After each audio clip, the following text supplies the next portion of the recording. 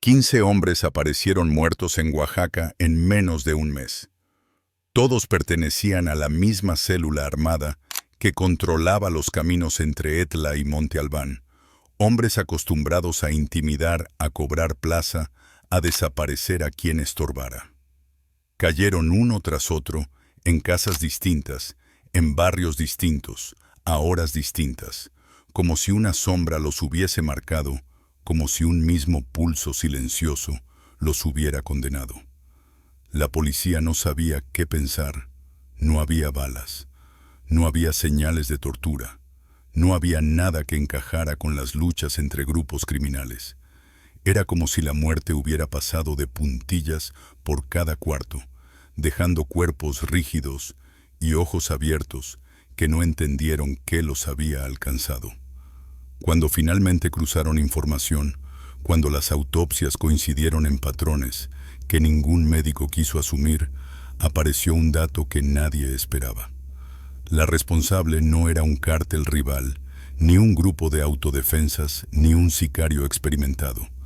Era una mujer, una viuda, una costurera del barrio de Xochimilco llamada Mariela Rojas. Nadie la vio venir. Durante años estuvo ahí sentada en su pequeño taller, al borde de la calle empedrada, entre hilos de colores y telas deslavadas, bordando flores que parecían flotar sobre manteles viejos, saludando con movimientos suaves, casi temerosos. Para la gente del barrio Mariela, era una presencia tranquila, una mujer que hablaba poco, que evitaba la confrontación, que caminaba con pasos cortos y mirada baja. No había nada en ella que insinuara peligro, y quizá justamente por eso su plan funcionó. Hay personas que no necesitan pistolas ni gritos para cambiar el curso de una vida. Solo necesitan que las empujen hacia el borde exacto, ese donde el miedo y la rabia se mezclan con una certeza fría, un punto donde ya no hay regreso posible. Mariela alcanzó ese borde la noche en que profanaron la tumba de su esposo. Y aunque nadie en Oaxaca lo supo, entonces ese fue el momento en que nació la leyenda que más tarde llamarían la Llorona Vengadora. Pero para entender por qué una mujer tan callada terminó eliminando a 15 sicarios, hay que regresar meses atrás, al día en que todo empezó a fracturarse. Mariela tenía 48 años y llevaba 2 de viudez. Su esposo Julián había muerto en un derrumbe de obra en Tlalixtac. La constructora no pagó indemnización. Ella quedó sola con su pequeño taller y con su sobrina Camila, una niña de 11 años que había quedado bajo su cuidado tras la muerte de su hermana.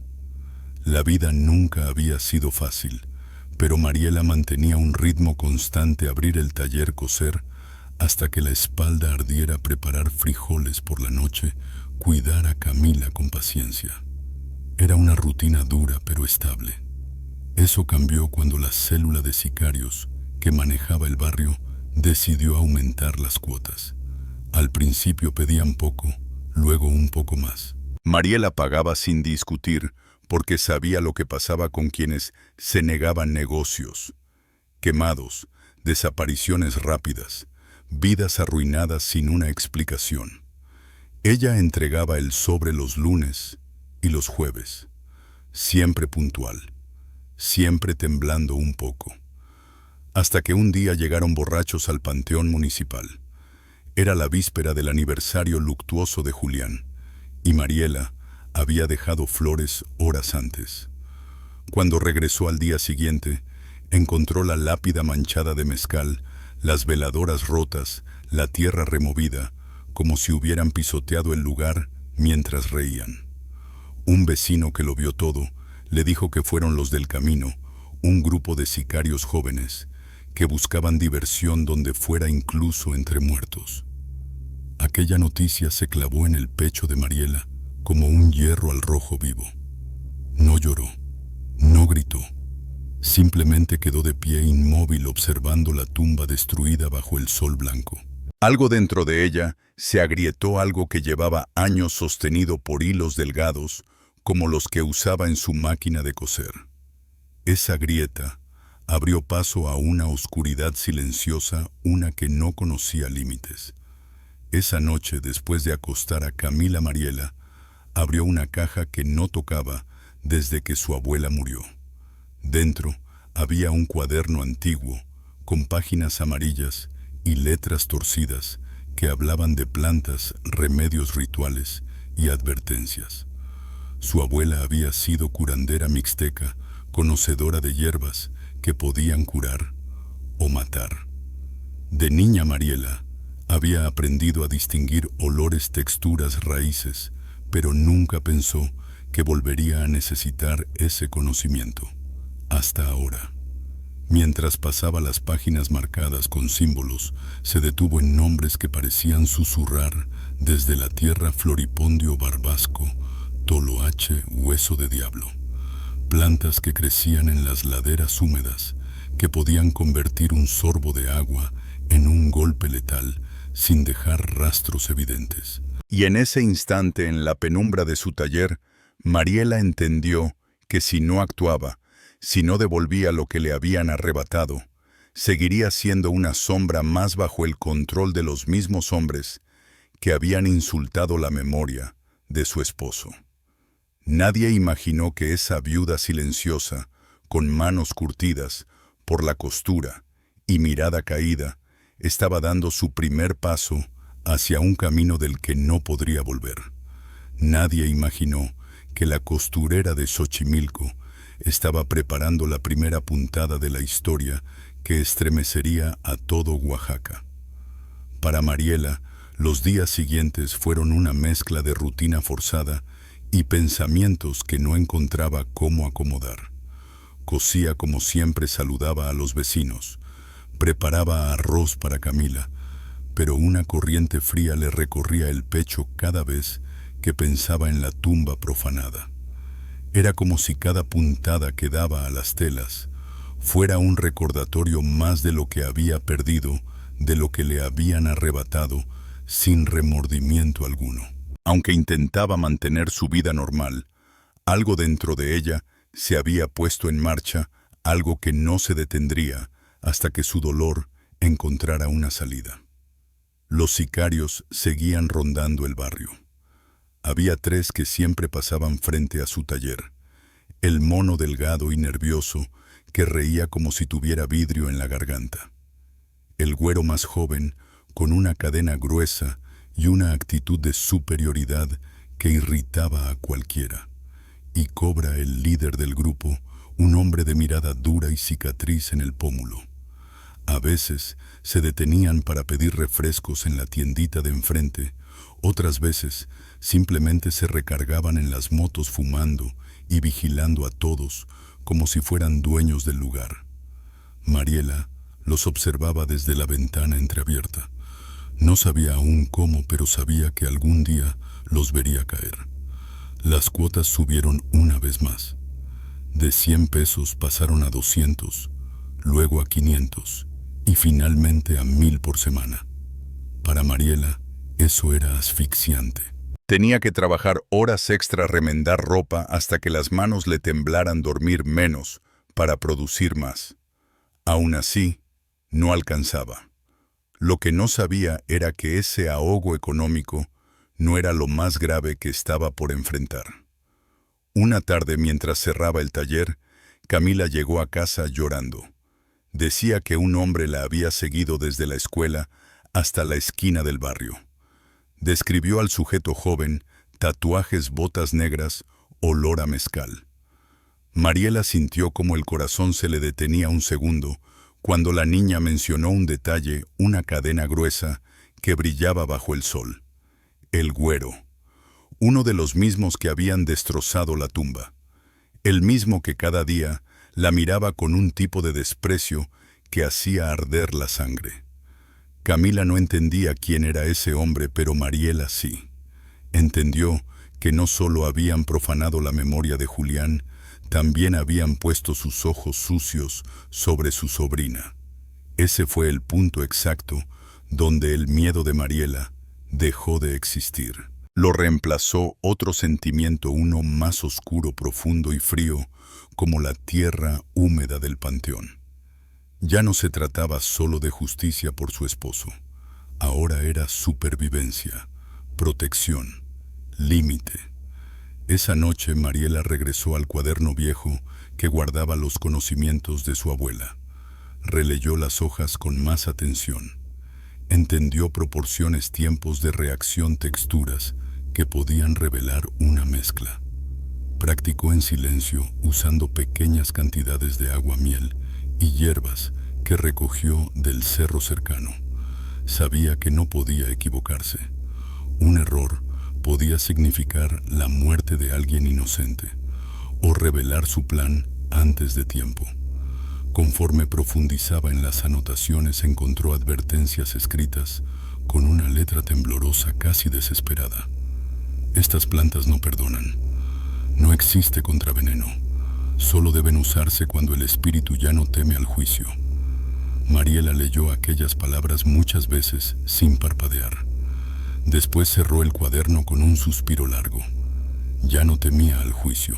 Ni al de la ley, ni al de los hombres, ni al de los muertos. Si los sicarios podían caminar sobre tumbas ajenas sin sentir peso alguno, ella también podía caminar sobre su destino con los pies firmes. Los días siguientes los dedicó a observar. Necesitaba entender la rutina del grupo. Cobra visitaba una cantina en el centro, los miércoles y sábados. El güero fumaba en la esquina del taller cada madrugada. El mono se reunía detrás del mercado por las tardes. Era como armar un rompecabezas donde cada pieza era un hábito, un gesto, una debilidad. Mariela tomó notas mentales y las guardó como quien guarda veneno en una botella de vidrio, con cuidado pero sin miedo. Un día, mientras arreglaba un vestido, escuchó a los sicarios discutiendo afuera. Hablaban de un evento importante que se acercaba. Una fiesta comunitaria financiada por ellos mismos para limpiar la imagen del grupo, o eso decían. Había música, comida, baile mezcal, gratis, juegos, rifas. Todos en el barrio estaban invitados. Todos, incluso quienes los odiaban, en silencio. Escucharlos mencionar que asistirían casi todos los miembros del grupo fue como escuchar la tapa de una caja cerrándose. Un lugar, un día, una oportunidad única. Mariela siguió cosiendo con la cabeza gacha como si nada de lo que oía le importara, pero su mente ya trabajaba con precisión quirúrgica. La fiesta sería su escenario, la multitud su cortina y las bebidas su instrumento. Esa noche empezó a preparar las primeras maceraciones. Utilizó pequeñas cantidades de floripondio mezcladas con infusiones que ocultaban su aroma. Ajustó sabores con piloncillo, probó gotas mínimas para asegurarse de que el gusto no se notara. Su taller se llenó de frascos pequeños etiquetados con marcas que solo ella entendía. Cada uno contenía una parte de lo que sería su plan definitivo. Mientras el sol se ocultaba detrás de los cerros, Mariela se quedó sentada en silencio. Pensó en Julián, en cómo era su voz, en cómo se reía, en cómo le sostenía la mano cuando la vida era demasiado dura. Pensó en su tumba mancillada, en la risa de los sicarios resonando en el panteón, en las lágrimas de Camila. Y al recordarlo todo, comprendió que su decisión ya estaba tomada. No había regreso posible. No quedaba nada por perder. Aquella costurera callada, la mujer que todos en Xochimilco saludaban sin darle importancia, estaba a punto de convertirse en el fantasma más temido de Oaxaca. Y nadie, absolutamente nadie, lo sospechaba. La semana previa a la fiesta comunitaria se convirtió para Mariela en un ejercicio de precisión absoluta. Cada día, después de cerrar el taller, se encerraba en la cocina y preparaba pequeñas dosis de extractos, midiendo proporciones con la paciencia de quien cose un borde fino sin margen de error. Las plantas que había recolectado del cerro parecían dormir en los frascos, flotando como sombras en el fondo del vidrio. No emitían olor, no revelaban nada. Solo esperaban ser utilizadas. Mariela había aprendido a manipularlas con una habilidad que no sabía que aún conservaba.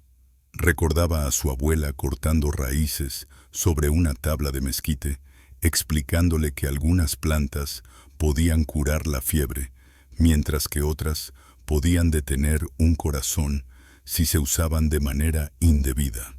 Entonces, siendo niña, esas palabras le parecían historias antiguas, de brujas y espíritus. Ahora entendía que eran advertencias para sobrevivir en un mundo donde la justicia rara vez caía del cielo. Revisó cada receta, probó combinaciones que disimulaban el amargor con panela, con limón, con canela. Ensayó mezclarlas en agua fresca, en horchata, en mezcal. Necesitaba que fueran invisibles, imposibles de distinguir del sabor habitual de una bebida de fiesta. Cada noche se acostaba cansada, pero con la certeza creciente de que su plan estaba tomando forma. Mientras tanto, seguía observando a los sicarios. Era fácil para ella pasar desapercibida. Nadie sospechaba de una viuda delgada que cargaba telas y agujas. En el barrio, las mujeres mayores eran como sombras siempre presentes, siempre invisibles. Esa invisibilidad ahora era su mejor arma. Notó que Cobra pasaba cada vez más tiempo con un grupo de 5 hombres, aparentemente recién llegados de otro municipio. Hablaban con arrogancia, con risas fuertes, como si creyeran que cualquier rincón de Oaxaca les pertenecía. El güero, por su parte, presumía que tendría un papel importante en la organización de la fiesta, encargándose de coordinar bebidas y mesas. El mono solo seguía a los demás riéndose de todo, con esa risa tremenda que crispaba los nervios. Mariela escuchaba desde las esquinas detrás de cortinas desde su taller. Cada conversación era una pieza del mapa que estaba construyendo. Y cuando finalmente comprendió que la mayoría del grupo estaría reunido en el mismo lugar durante varias horas, supo que el día había sido elegido por el destino. El sábado anterior al evento, Mariela se presentó ante los organizadores con una propuesta sencilla. Quería poner un pequeño puesto de bebidas caseras como parte del apoyo al barrio. Todos la conocían. Nadie dudó. Nadie desconfiaba de una mujer que llevaba años aportando a las festividades con su dulzura discreta. Le asignaron un espacio cerca del escenario, justo donde la gente pasaría constantemente. Esa tarde, de regreso a su taller, preparó los recipientes que usaría. Llenó 2 garrafones grandes con horchata y agua de Jamaica normales para vender al público. Y preparó otros 2 más pequeños que escondería debajo de la mesa. Esos no eran para nadie inocente. Esos contenían la mezcla especial, la que había perfeccionado durante noches enteras. Para evitar confusiones, decidió usar vasos diferentes para cada tipo de bebida. Los normales serían blancos lisos. Los especiales tendrían una pequeña marca azul apenas visible bajo la luz del día, lo suficiente para que ella los identificara sin llamar la atención de nadie más. La víspera de la fiesta, Mariela durmió poco. Se quedó mirando el techo, escuchando los latidos tranquilos de Camila en la habitación contigua. Pensó en Julián, en cómo habría reaccionado al verla así decidida a caminar por un sendero tan oscuro. Pero también recordó la tumba destrozada, la mirada sucia de El Güero sobre su sobrina, los sobres de dinero arrancados de su mano cada semana. Y en ese repaso silencioso, entendió que su decisión no era un impulso, sino una conclusión inevitable. Nadie iba a protegerlas. Nadie iba a defender la memoria de su esposo. Nadie iba a detener a los hombres que creían tener derecho sobre todo y todos. La mañana de la fiesta llegó con un sol brillante que caía fuerte sobre los techos de teja.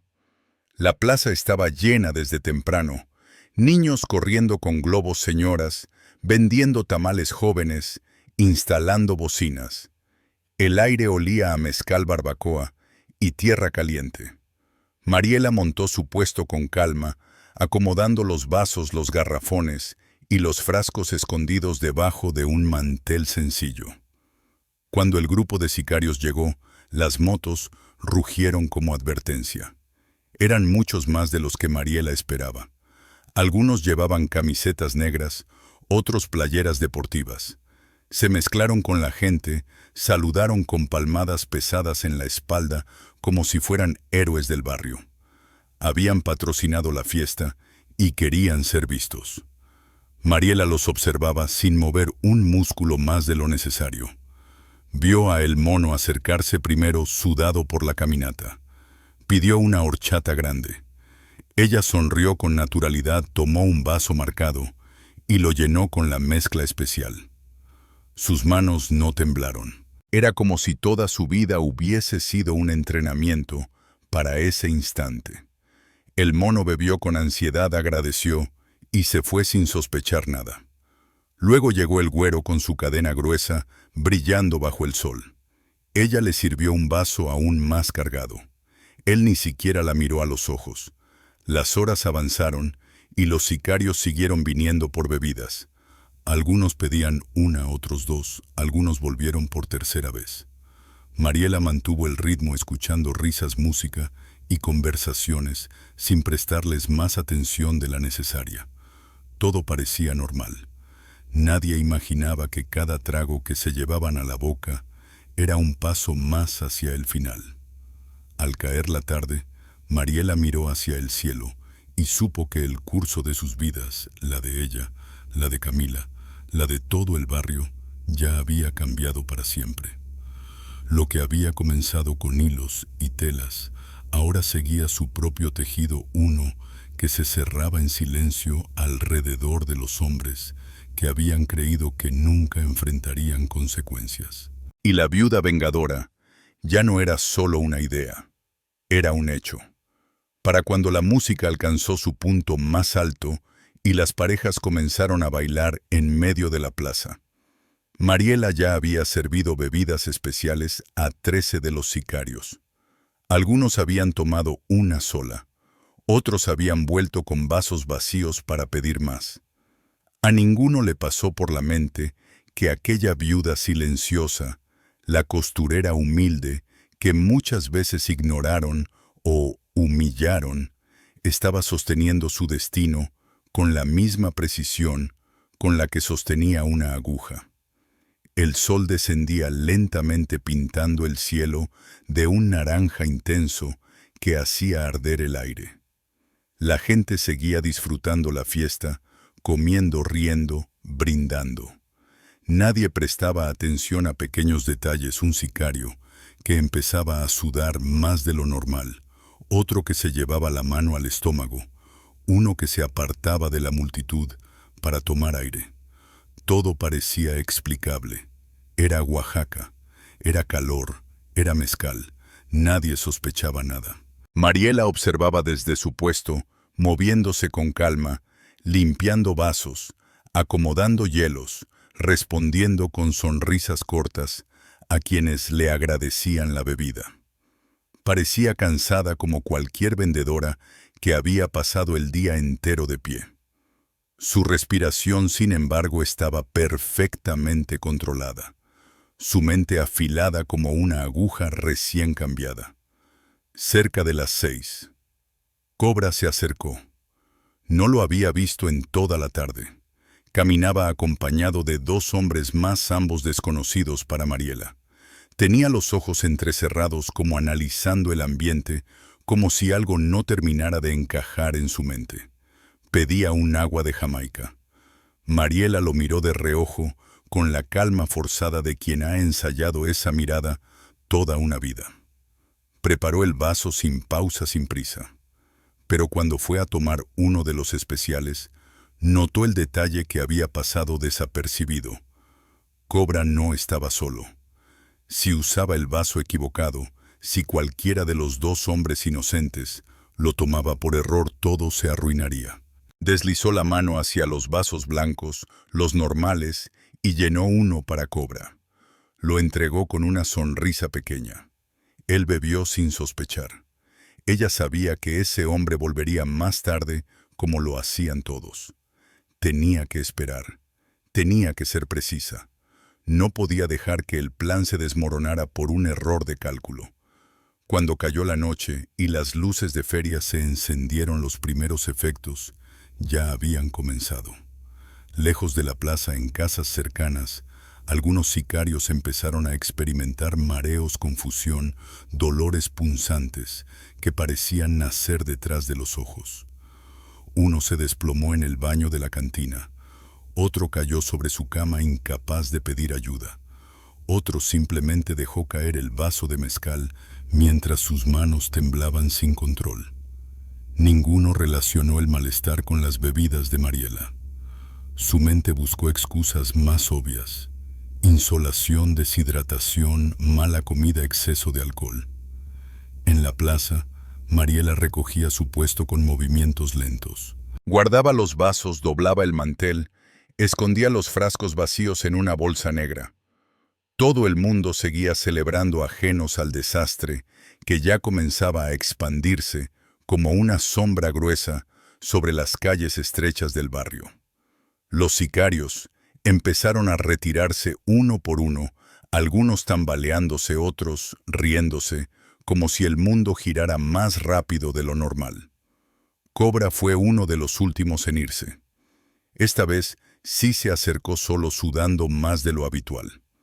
Pidió otra bebida. Mariela tomó un vaso con la marca azul, lo llenó, lo entregó. Él bebió sin sospechar. Ese vaso era el que había estado esperando todo el día. Una vez la plaza quedó casi vacía, Mariela caminó de regreso a su casa. Sentía el peso de la bolsa con los frascos vacíos, pero también una ligereza extraña dentro del pecho, como si por primera vez en mucho tiempo el aire no la apretara.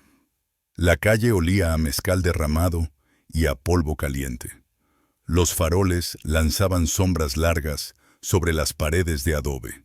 Esa noche, mientras Camila dormía profundamente, Mariela se sentó junto a la ventana y observó la luna llena colgar sobre los cerros de Monte Albán. Sabía que en las siguientes horas la noticia correría como un murmullo incómodo entre las casas. Y así fue. Al amanecer, Oaxaca despertó con rumores que crecieron a la velocidad de un incendio. Hombres jóvenes, todos pertenecientes al mismo grupo, habían muerto en sus casas, en calles, en cuartos rentados. Algunos fueron encontrados en posición fetal, otros con los ojos abiertos fijos en el techo, otros con espuma en los labios. Las familias lloraban confundidas.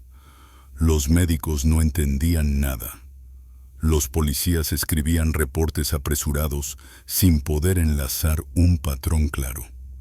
El barrio de Xochimilco habló primero: intoxicación masiva, quizá alcohol adulterado, quizá drogas cortadas con sustancias peligrosas, quizá venganza de un cartel rival. Nadie, absolutamente nadie, mencionó a la mujer que había vendido bebidas junto al escenario. Nadie sospechó de la viuda, que nunca levantaba la voz. Sin embargo, no todos habían caído. 2 miembros del grupo habían escapado del destino: el Beto y Ramírez, ambos ausentes de la fiesta por razones distintas. El primero estaba en el cerro cuidando una entrega. El segundo, visitando a una prima enferma. Para ellos las muertes no fueron casualidad. Ellos conocían a los 13 que cayeron. Sabían que no eran hombres fáciles de tumbar. Y sobre todo sabían que todos habían estado juntos el día anterior. El miedo empezó a filtrarse entre ellos como agua fría por una grieta. Se miraban el uno al otro buscando respuestas, sospechando de sombras, dudando de cualquier cosa que pareciera fuera de lugar. La idea de un enemigo oculto les hizo temblar más que cualquier balazo. Algo invisible, silencioso, capaz de eliminar a 13 hombres sin dejar rastro. Mientras el barrio discutía teorías, Mariela continuaba su rutina en apariencia normal. Abrió el taller, encendió la máquina. Coseó en silencio. Pero aunque sus manos se movían como siempre, su mente sabía que aún quedaba trabajo por hacer. Mientras esos dos sicarios siguieran vivos, el peligro se mantenía respirando justo detrás de ella y de Camila. Y Mariela Rojas no había llegado tan lejos para dejar cabos sueltos. Los días que siguieron a la fiesta fueron una tormenta contenida. Oaxaca entera murmuraba, las noticias hablaban de una misteriosa intoxicación colectiva. Los médicos especulaban con sustancias adulteradas, y la policía revisaba cantinas, puestos de comida y casas abandonadas. Pero entre todo ese ruido había un hilo de silencio que solo dos hombres podían entender. El Beto y Ramírez, los únicos sicarios que no asistieron al evento, caminaban como animales heridos, con los ojos siempre atentos y las manos cerca de sus armas. No confiaban en nadie. No comían nada que no prepararan ellos mismos. No aceptaban bebidas. No hablaban más de lo necesario. Y sobre todo, evitaban el barrio de Xochimilco, como si algo oscuro se escondiera entre sus calles. Mariela observaba esa paranoia desde lejos con sigilo. Sabía que mientras vivieran, mientras conservaran la capacidad de unir puntos, ella y Camila seguían en riesgo. No podía permitirse errores ahora. Los 13 muertos habían sido el inicio, pero estos dos eran el verdadero desafío. Desconfiados, violentos, más inteligentes que los demás. La clase de hombres que no tardarían en intuir que lo ocurrido no fue un accidente. El primero que debía caer era el Beto. Pasaba la mayor parte del tiempo escondido en una casa de lámina en las afueras del barrio. Dormía con un arma bajo la almohada y salía solo por las noches buscando comida en un puesto clandestino que abría hasta tarde. Mariela lo siguió 3 noches, estudiando sus movimientos. Él nunca miraba a los vendedores. Nunca confiaba en nadie. Pero sí tenía un punto débil. Después de comer, siempre pedía una bebida fría en el Oxxo cercano. Una bebida que abría en el camino, siempre distraído con el teléfono, siempre con la guardia baja, durante esos breves segundos. Mariela sabía exactamente cómo acercarse. Era el mismo patrón que había usado en la fiesta, pero ahora debía ejecutarlo sola, sin música, sin multitudes, sin testigos que distraigan. La noche elegida envolvía la calle en sombras largas. Ella llevaba una hielera pequeña, colgada al brazo, como si fuera una mujer vendiendo jugos para ganarse unas monedas extra. Cuando el Beto salió del Oxxo, Mariela lo interceptó sin forzar el encuentro. Le ofreció una bebida fría de tamarindo, como si fuera una vendedora cualquiera. Él la miró con recelo. Ella, con la calma de quien ya ha repetido la escena cientos de veces en su mente, sacó una pequeña tarjeta con el logo de su taller de costura. Le explicó que vendía bebidas para apoyar los gastos del negocio, que estaban frescas, que podía probar una sin compromiso. Esa tarjeta, un gesto tan cotidiano y femenino, fue lo que rompió la coraza del sicario. No vio amenaza, solo una mujer trabajadora intentando sobrevivir. Él aceptó la botella, la abrió frente a ella y bebió un sorbo largo antes de seguir caminando. Mariela se alejó por otra calle sin voltear. No necesitaba ver el resultado para saber que ya estaba escrito. Al día siguiente los rumores comenzaron temprano. Un hombre joven había sido encontrado muerto dentro de una casa de lámina sin signos de violencia.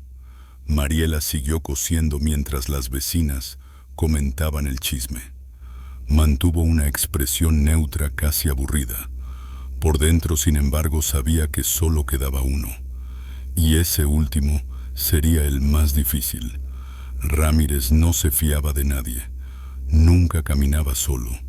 Nunca seguía una rutina fija. Cambiaba de ruta, cambiaba de cantina, cambiaba de compañía. Era un hombre que había sobrevivido gracias a su paranoia, y ahora esa paranoia estaba al máximo. Llevaba días investigando a los muertos, tratando de conectar hechos, visitando a esposas, hermanos conocidos. Tenía un cuaderno lleno de apuntes. Sabía que los 13 habían estado en la fiesta. Sabía que habían bebido.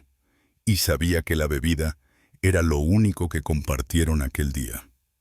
Mariela lo vio una tarde interrogando a un vecino, presionando, gritándole que respondiera. Él quería nombres, caras, detalles. Estaba muy cerca, demasiado cerca de la verdad. Ella sabía que debía actuar rápido.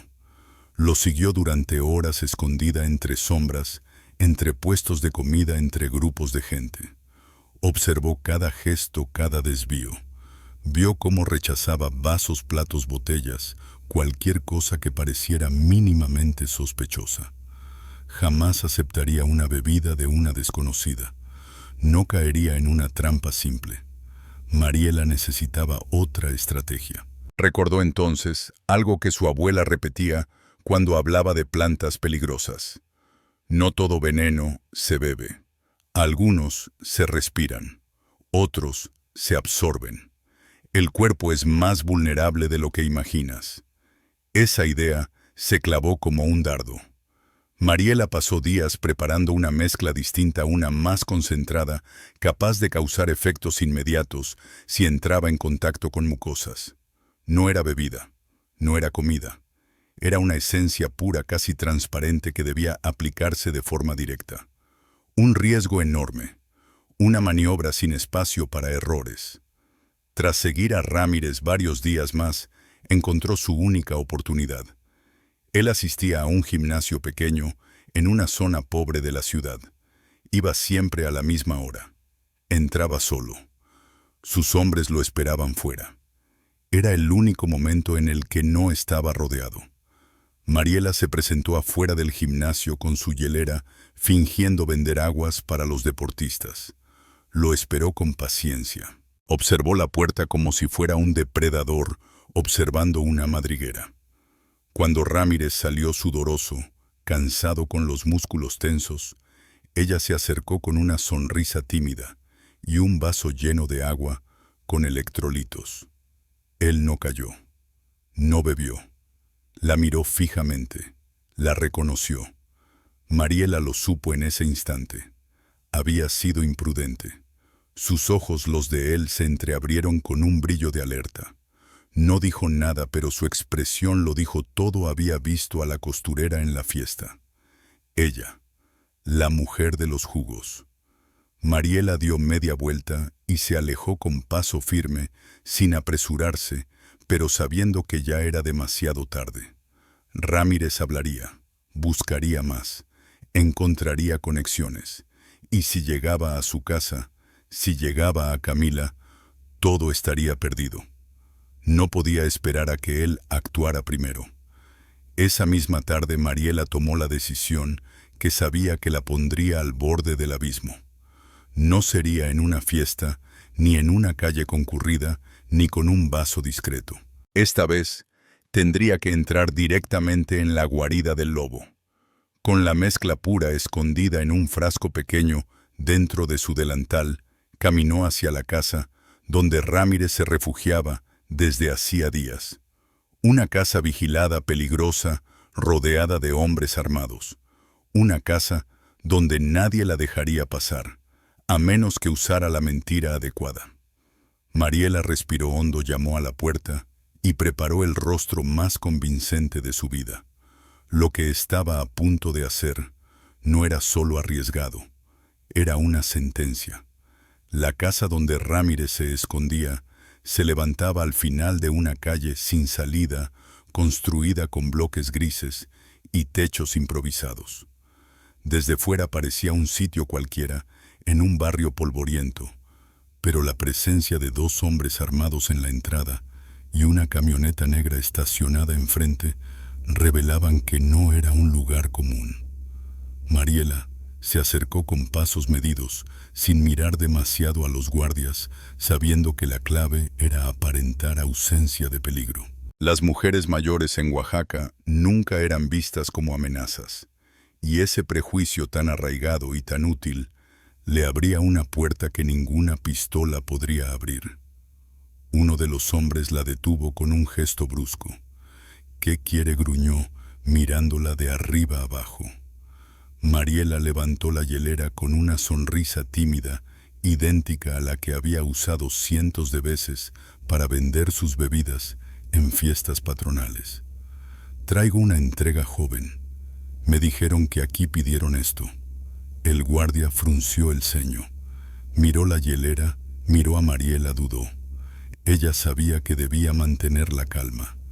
Cualquier tensión, cualquier temblor, cualquier gesto inusual la delataría. Finalmente el hombre se encogió de hombros y la dejó pasar. No esperaba nada de una viuda endeble con delantal y sandalias desgastadas. No podía imaginar lo que llevaba escondido entre esos pliegues de tela. Dentro de la casa, el olor a sudor, mezcal y pólvora era casi sólido. La sala estaba ocupada por cajas, ropa tirada y armas apoyadas en las paredes. 3 hombres hablaban en voz baja y Ramírez estaba sentado en un sillón con los brazos tensos y un ceño duro que solo un paranoico verdadero podía mantener. Cuando vio entrar a Mariela, su expresión cambió. Se puso de pie de inmediato. La reconoció. «Tú», murmuró entre sorpresa y sospecha. «¿Qué haces aquí?», Mariela sostuvo su mirada. «Me dijeron que trajera esto», dijo abriendo la hielera, apenas lo suficiente para mostrar un par de botellas y vasos. Uno de los hombres se acercó con curiosidad. «¿Quién pidió?». «Yo no sé nombres, joven», respondió ella con humildad. «Solo me dijeron que trajera la entrega para los muchachos». Ramírez dio un paso hacia adelante. «Yo no pedí nada», dijo con los ojos fijos en ella. «Y tú no deberías estar aquí». Ese era el momento, esa delgada línea entre la sospecha y la acción. Si Mariela no actuaba en ese instante, nunca tendría otra oportunidad. Metió la mano en el delantal. Su pulso no temblaba. Sacó el frasco pequeño, el último que quedaba, el más potente de todos. Todo ocurrió en un solo parpadeo. Destapó el frasco y lanzó el contenido directo al rostro de Ramírez. El líquido transparente impactó sus ojos, su boca, su nariz. Él gritó un sonido áspero animal. Se llevó las manos al rostro, tropezó hacia atrás, derribó una mesa. Los otros 2 hombres tardaron unos segundos en reaccionar, confundidos por la escena surreal. Mariela ya había dado media vuelta. Corrió hacia la puerta, esquivó cajas, ignoró los gritos detrás de ella. Los guardias afuera tardaron demasiado en comprender lo que pasaba. Y en esos segundos de desconcierto, ella ya estaba cruzando la calle, internándose en el laberinto de casas y callejones. Corrió hasta que el pecho le ardió, hasta que las piernas le temblaron, hasta que el sonido de los motores encendiéndose quedó lejano. Finalmente se ocultó detrás de una barda alta y respiró hondo. Su corazón golpeaba con fuerza, pero su mente estaba fría. Había logrado entrar y salir viva. Había hecho lo que sabía que debía hacer. Horas después, el barrio entero supo que Ramírez había sido llevado al hospital en estado crítico, con convulsiones brutales, incapaz de ver, incapaz de respirar bien. Y antes de que el sol terminara de caer, llegó la noticia: no había sobrevivido. El último hombre había caído. Mariela sabía que la calma sería breve. Una muerte podía pasar desapercibida. 2 podían explicarse. Pero 15 hombres muertos en menos de un mes. Eso jamás se ignoraría. Esa noche, mientras Camila dormía, Mariela se quedó sentada en la mesa del comedor. Sus manos estaban manchadas con restos de tela y polvo. Observó una fotografía de Julián que guardaba en un rincón. Por primera vez desde su muerte, no sintió un nudo en la garganta. Sintió algo distinto, una paz pesada, casi triste, pero real. A la mañana siguiente, los golpes en la puerta anunciaron el final.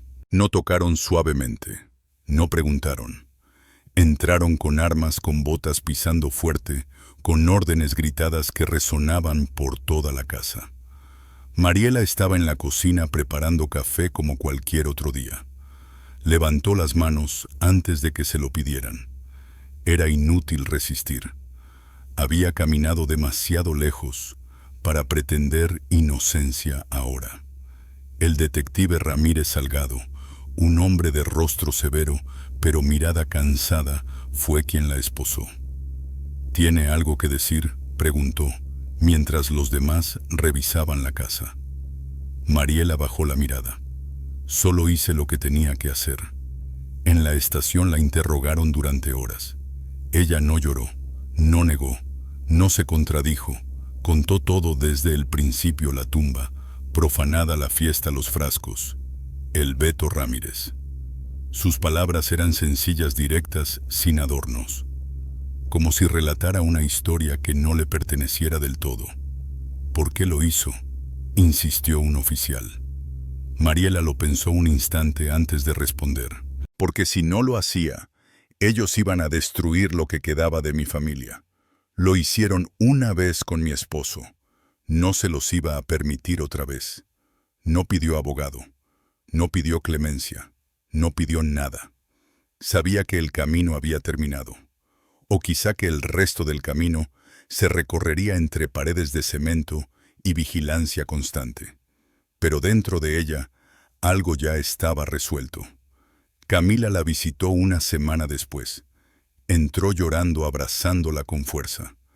Le preguntó si era cierto, si ella realmente había hecho lo que todos decían. Mariela la miró con una ternura profunda, deslizando una mano por su cabello. Todo lo que hice fue por ti, susurró, para que puedas vivir sin miedo. La niña no volvió a preguntar. Los días siguientes se deslizaron lentos dentro de la prisión.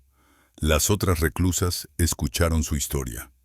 Algunas la evitaban, otras la respetaban. Había quienes incluso la miraban con una admiración silenciosa, como si reconocieran en ella algo que jamás se atreverían a hacer. Mariela no buscaba nada de eso, solo buscaba silencio, un silencio que por primera vez en muchos años empezaba a encontrar.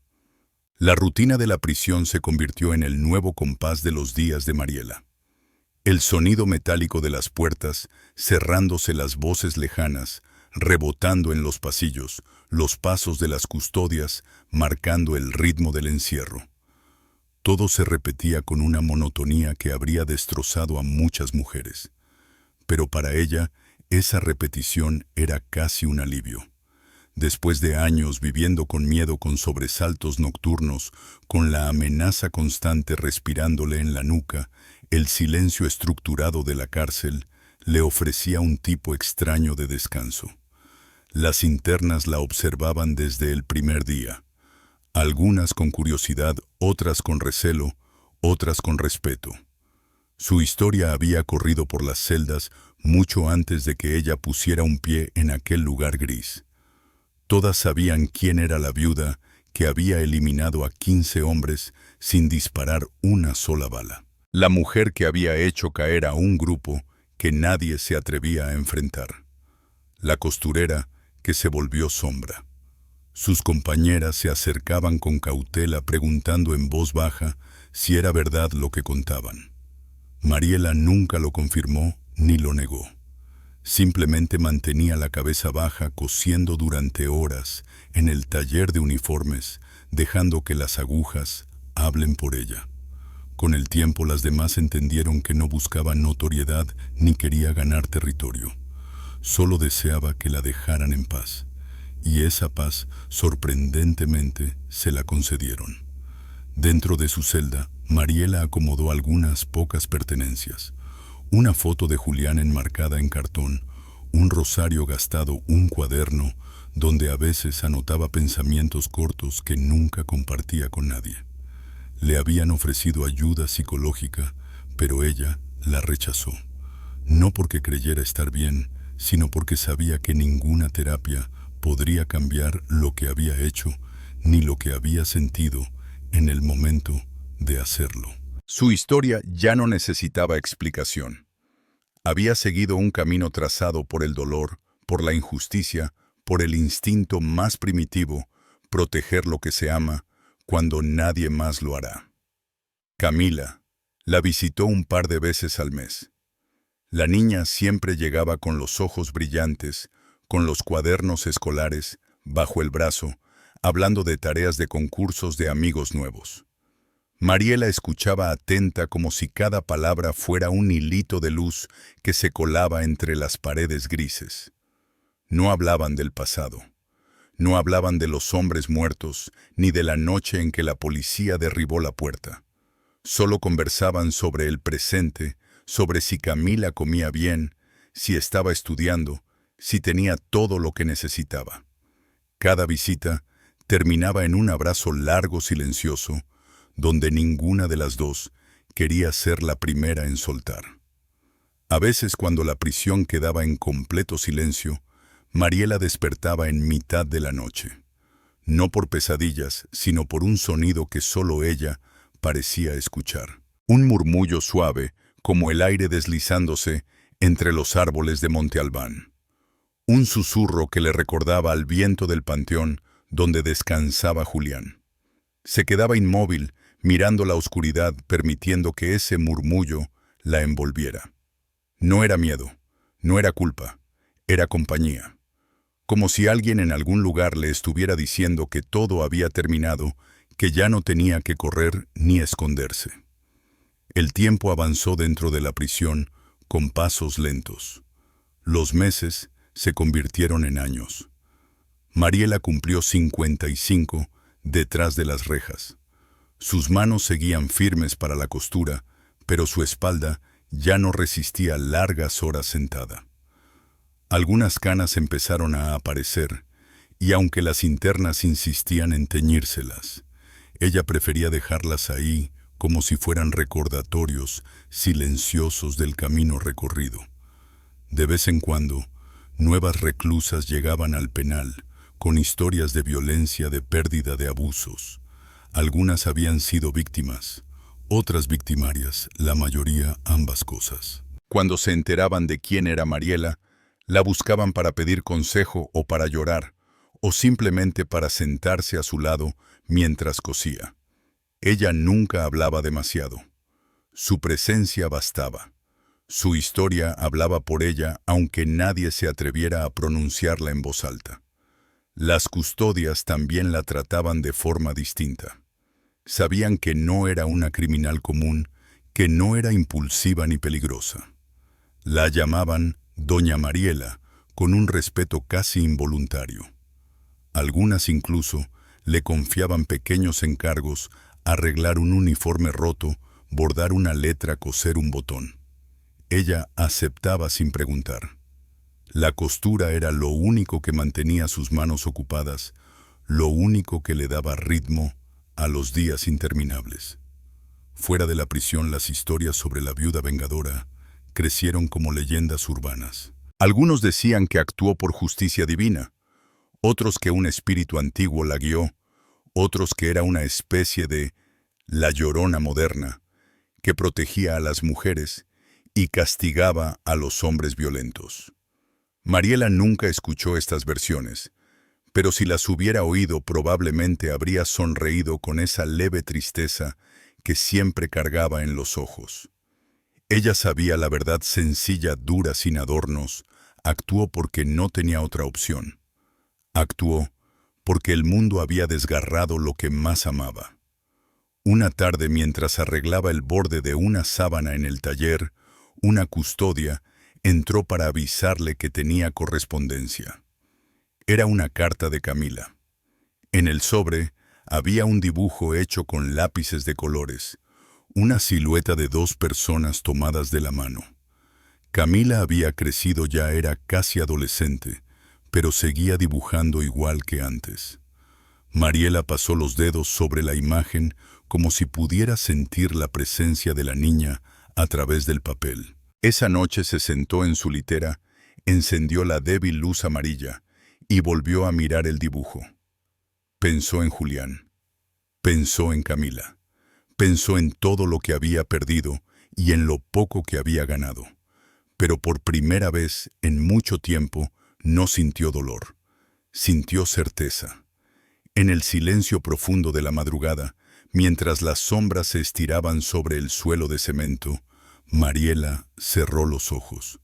Escuchó de nuevo ese murmullo, ese viento suave, que parecía venir desde muy lejos, desde una tumba reparada, desde un amor que ni la violencia ni la muerte habían conseguido borrar. Y en ese murmullo encontró la única forma de paz que podía permitirse. No pidió perdón, no pidió libertad, no pidió nada más. Solo respiró, y por primera vez en muchos años, esa respiración no pesó.